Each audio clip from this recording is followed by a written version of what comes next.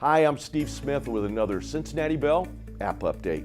Chances are your child will soon come home and ask, hey, can I download Houseparty to my phone? And you stop and recall the 1990 comedy movie of the same name and you say, absolutely not. Well, they're not asking for a movie. Instead, today Houseparty is a somewhat new app that allows kids to chill online with up to 8 of their best friends. In other words, Houseparty is a group video chat app available on both Apple and Android devices. It leverages what's happening perhaps in your own office at work. Video conferencing technology and the quality is very good. It's similar to a video version of a chat room and quietly launched in February of 2016. And according to App Annie, since January of this year, the app has bounced back and forth between the top 10 and top 20 most downloaded apps in the social media category. And according to its developers, 60% of the users are between the ages of 16 and 24. Houseparty is brought to you by the same team that launched Meerkat, the live streaming app that ignited the app world when it was first launched until Twitter blocked the service and then purchased an integrated Periscope. Joining is easy. You simply download the app, enter your name, and create a username. Like so many apps, it's free, which is always a concern. As I mentioned in all of our social media presentations, free generally means you're trading your personal information in exchange for the app. Moreover, in the iTunes App Store, they suggest that the app is for users age 4 and up. Come on, really? Would anyone want their 4-year-old live streaming with a group? Needless to say, the rating system really needs some work. Like other apps, mutual friends or connections can expose users to other people they don't know. So for example, if your friend is talking to Bob and you don't know Bob, once you join the conversation, well, now you're talking with Bob.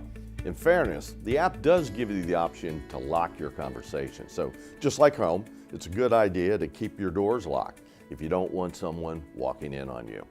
And that said, if you are in a video chat with friends, whether the room is locked or not, if someone were to take a screenshot, well, the group members are not notified that someone has taken a picture of the room. So the person who took the picture automatically then gets a pop-up asking them, where do you want to send it? This possibly exposes names and pictures of people to other unknown users. Now, one complaint we've seen in app reviews is that it tends to drain your battery. So for example, if you're using an iPhone 7, you can't use your headphones and charge at the same time, and that can be a problem.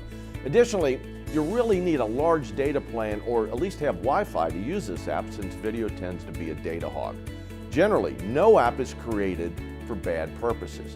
Yes, kids can have intimate conversations with this app. And yes, third-party apps can be used to record the conversations and video.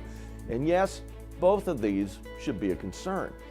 However, today, teens sometimes simply like to virtually meet up with their friends and chill.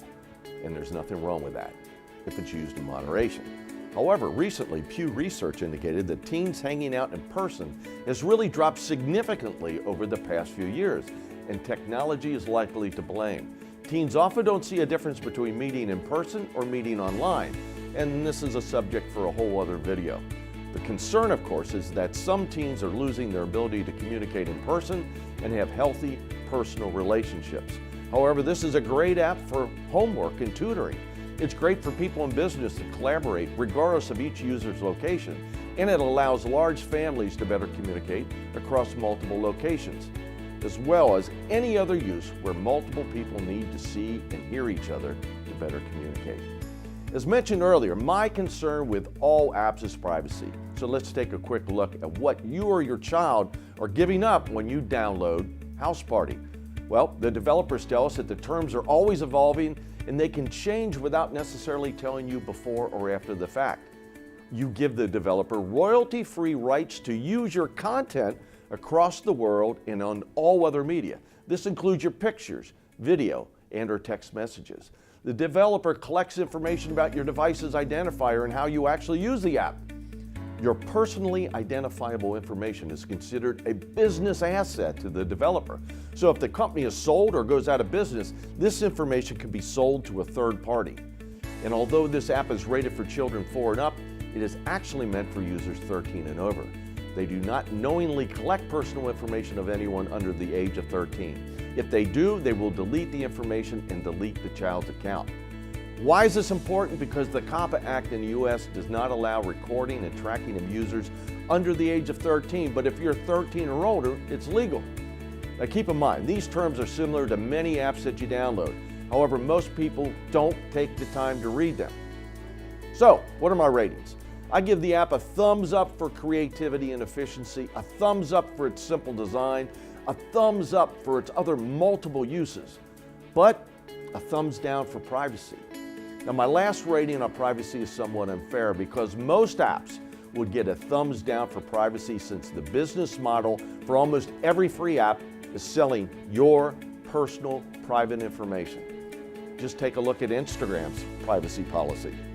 All in all, this is a good app for mature users, but keep in mind it can be misused by teens. So users must understand that third-party apps make recording such video chats very easy. Never say or do anything you wouldn't want grandma to see. For more information, go to awiredfamily.org.